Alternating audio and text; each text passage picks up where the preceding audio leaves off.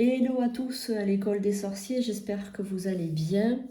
Donc pour cette semaine, la vidéo elle va parler du principe psychologique des rituels.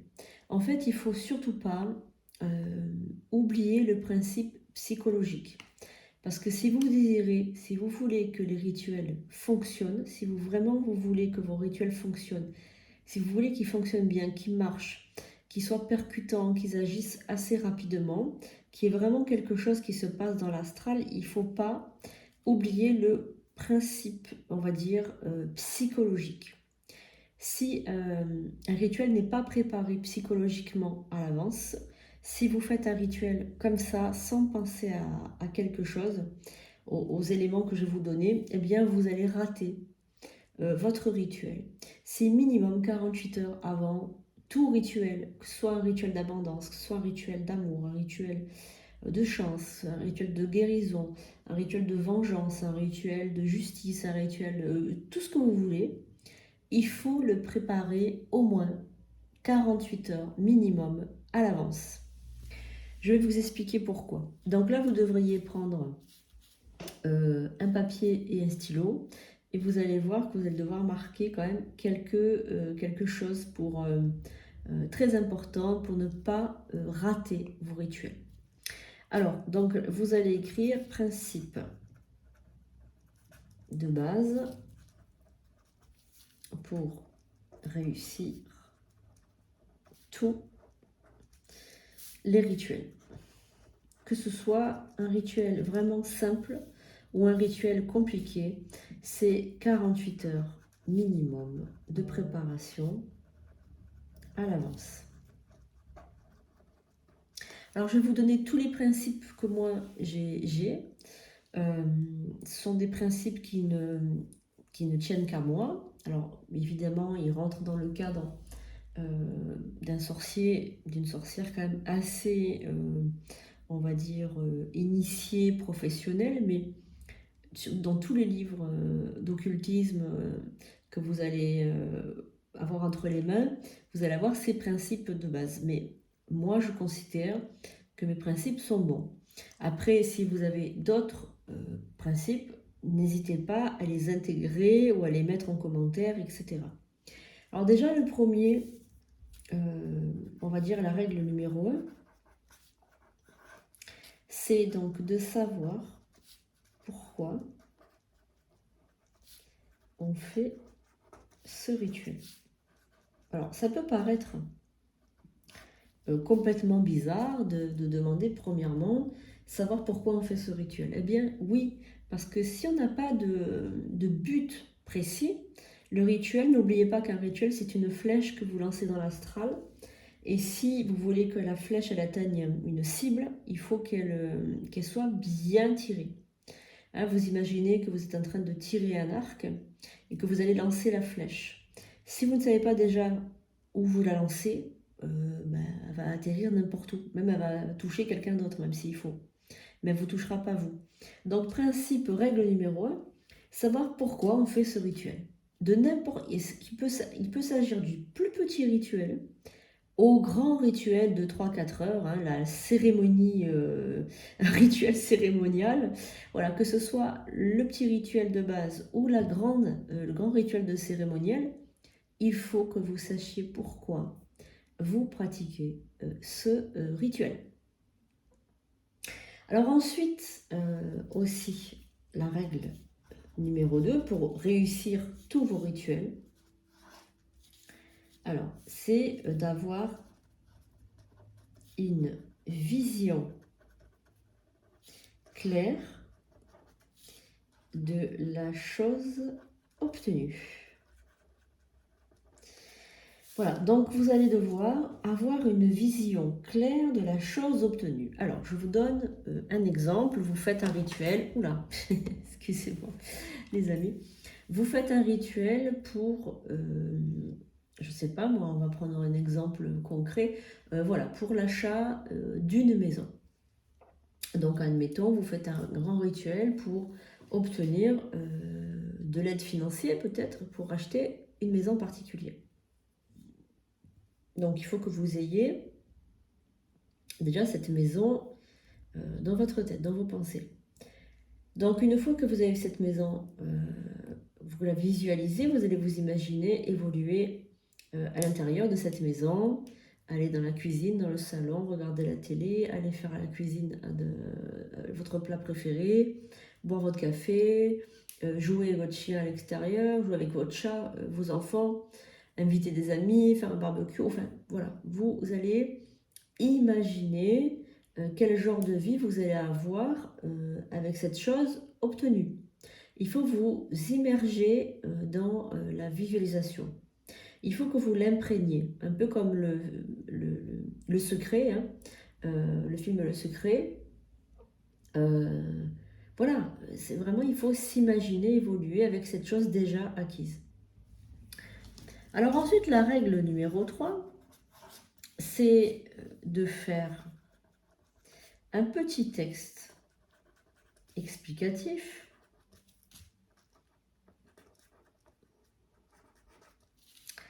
et de le laisser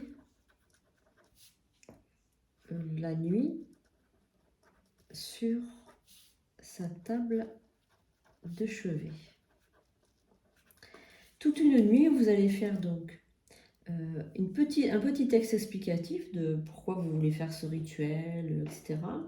Et vous allez le laisser la nuit, donc qui précède votre rituel, sur votre table de chevet. Et éventuellement, si vous voulez aller encore plus loin, vous pouvez mettre un verre dessus que vous buvez avant de vous coucher et que vous finissez en vous levant le matin. Donc verre posé sur le texte. Donc le soir, en vous couchant, vous buvez une gorgée. Vous reposez votre verre sur votre petit texte et le matin, vous rebuvez complètement, vous buvez tout l'eau qu'il y a dans le verre.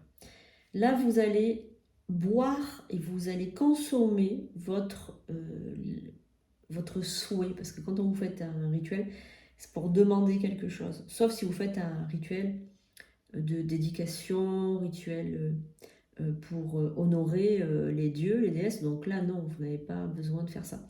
Mais si c'est pour demander, eh bien n'hésitez pas, vous allez donc absorber cette énergie. Alors maintenant, on va parler de la règle numéro 4, qui est celle donc de vous présenter lors de ce rituel. Alors, soit vous pouvez vous présenter aux éléments en 4 directions si vous n'invoquez pas spécialement une entité ou un dieu ou une déesse. Donc à ce moment-là, vous venez avec votre pouvoir sorcier et vous invoquez simplement les éléments et les directions. Si maintenant vous invoquez un dieu ou une déesse, ben, à ce moment-là, il faut vous présenter devant ce dieu et cette déesse d'une certaine façon. Donc moi, je vais vous dire comment moi je vois les choses, et après, vous voyez si vous êtes comme moi, ou si pour vous, vous préférez rester dans on va dire, dans les anciennes pratiques. Donc dans les anciennes pratiques, quand on fait un rituel, on se lave, on prépare des habits cérémoniels de blanc, en général de blanc, voilà, bien repassé, tout blanc, et qu'on utilise uniquement pour ça. Il y a tout un bain de purification à faire, des encens, des choses comme ça, vraiment le gros nettoyage de votre hôtel, gros nettoyage de votre cabinet ou de votre bureau où vous travaillez la magie. Il faut tout consacrer, tout purifier, chaque ustensile et tout, etc. Alors, je suis moi d'accord tout à fait avec le fait de nettoyer bien son hôtel, les ustensiles, de les consacrer, etc. En ce qui concerne maintenant la méga purification qu'il faut faire sur soi, je ne suis pas tout à fait d'accord. Alors, je prends une douche et je m'habille en vêtements propres, évidemment, mais je ne fais pas tout ce cinéma, si j'ose dire, parce que je considère que ma vie profane, c'est-à-dire ma vie de tous les jours, elle n'est pas complètement, on va dire, déjà elle n'est pas malsaine, elle est plutôt saine. Et j'ai l'impression que les gens qui font beaucoup des purifications, ou qui font beaucoup de tralala, c'est qu'en fait ils veulent mettre une distance entre leur vie de sorcier et leur vie profane de tous les jours, parce qu'ils considèrent qu'ils sont impurs. Moi, je ne me considère pas comme impure, je ne fais pas des actes impurs toute la journée, je ne suis pas quelqu'un qui vole, je ne suis pas quelqu'un qui ment. Je suis pas quelqu'un qui a une vie complètement dissolue, je me bourre pas la gueule, hein, c'est entre guillemets. Voilà, donc j'estime avoir une vie quand même en adéquation avec ma tradition sorcière. Donc, je prends une douche, je me lave la tête s'il faut. Si ça fait un moment que je ne l'ai pas lavée, je la lave. Si maintenant je sors de chez le coiffeur, je ne me relave pas la tête. Et je m'habille d'un vêtement propre qui sort de ma penderie, mais je ne mets pas forcément une grande robe blanche. Déjà, j'aime pas cette couleur et je me ressens mieux habillée en noir quand je fais la magie parce que c'est un sentiment de neutralité que je mets. Je ne mets pas de blanc qui signifie tout de suite la pureté parce que je suis pas vierge déjà, je suis plus vierge depuis belle lurette. Pour moi, la couleur blanc, c'est vraiment la couleur de la chasteté, de la purification, de la pureté à l'extrême, de l'immaculé même. Donc, je me sens mieux en noir, qui est plus une couleur qui absorbe, qui repousse aussi, qui est neutralise. Enfin voilà, le noir, moi je ressens mieux, je me sens mieux en noir pour faire de la magie qu'en blanc. Mais alors ça c'est vraiment personnel, donc si vous voulez être en blanc, soyez en blanc, si vous préférez être en noir, soyez en noir. Il faut que vous soyez en adéquation avec ce que vous faites. Être habillé en noir, ça ne veut pas dire faire de la magie noire. C'est comme allumer une bougie noire, ça ne veut pas dire je vais jeter un sort noir. Non, le noir, c'est plutôt quelque chose qui va chasser les ténèbres, au contraire. D'ailleurs, quand on fait des bougies noires, c'est des bougies de bannissement, très souvent. Voilà, donc ça, c'est un principe. Donc, principe de présentation aux éléments ou entités. Voilà. Donc ça, c'est vraiment très important. Et ensuite, vous allez, donc la règle numéro 5. Alors ça, c'est une règle vraiment qui est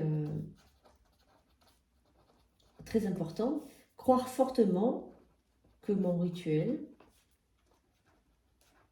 sera un succès.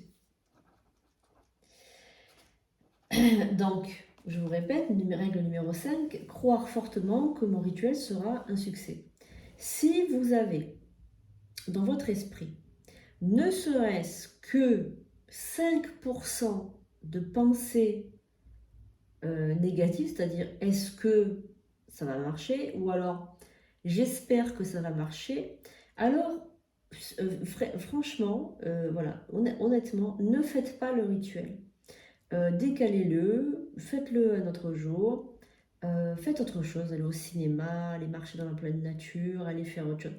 Mais ne faites pas de rituel, parce que vous allez y mettre des énergies très négatives qui vont vous poursuivre à chaque fois que vous ferez un rituel. Parce que honnêtement, si vous croyez, s'il y a une partie de vous qui pense que le rituel ne va pas marcher, vous allez contaminer votre inconscient, et votre inconscient, il va faire ce qu'on appelle un ancrage négatif, et à chaque fois, les rituels ne fonctionneront pas parce que la première fois, vous avez dit que ça ne fonctionnerait pas.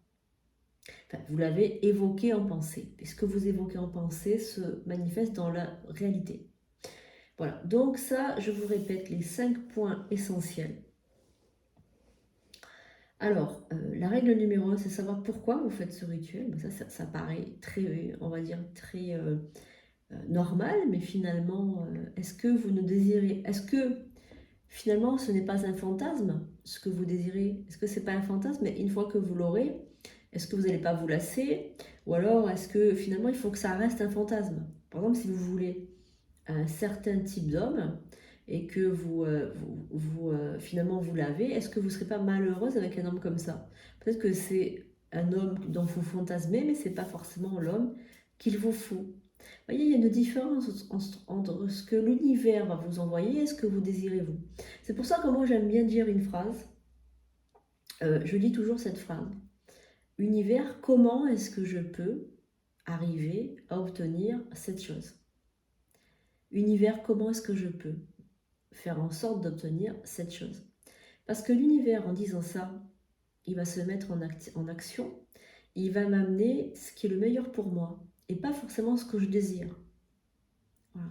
Comment est-ce que l'univers peut m'aider à obtenir tel travail ou telle chose?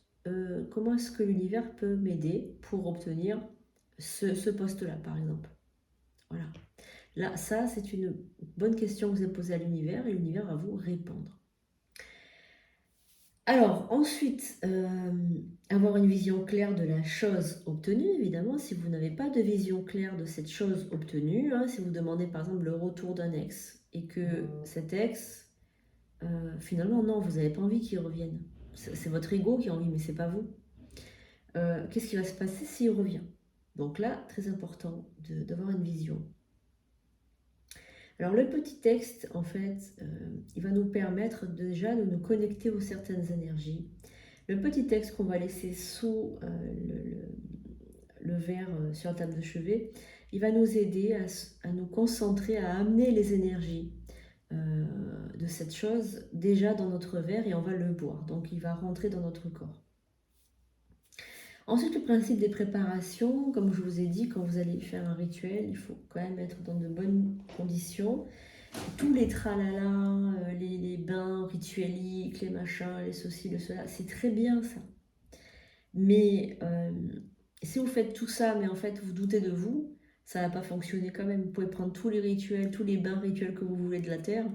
Si vous ne croyez pas en votre pouvoir sorcier, eh ben, en fin de compte, c'est même pas la peine de faire le rituel. Hein. Donc la dernière chose, croire fortement que mon rituel va être un succès. Voilà. Donc là, ça c'est vraiment ce qu'il faut retenir. Et une fois que vous avez fait toutes ces étapes, eh bien, il ne vous restera plus qu'à faire votre rituel à une heure planétaire particulière et un jour planétaire particulier. Vous ne pouvez pas faire n'importe quel rituel à n'importe quelle heure, à n'importe quel jour. C'est pas possible. Donc vous allez télécharger donc, sur iPhone l'application Planetaro.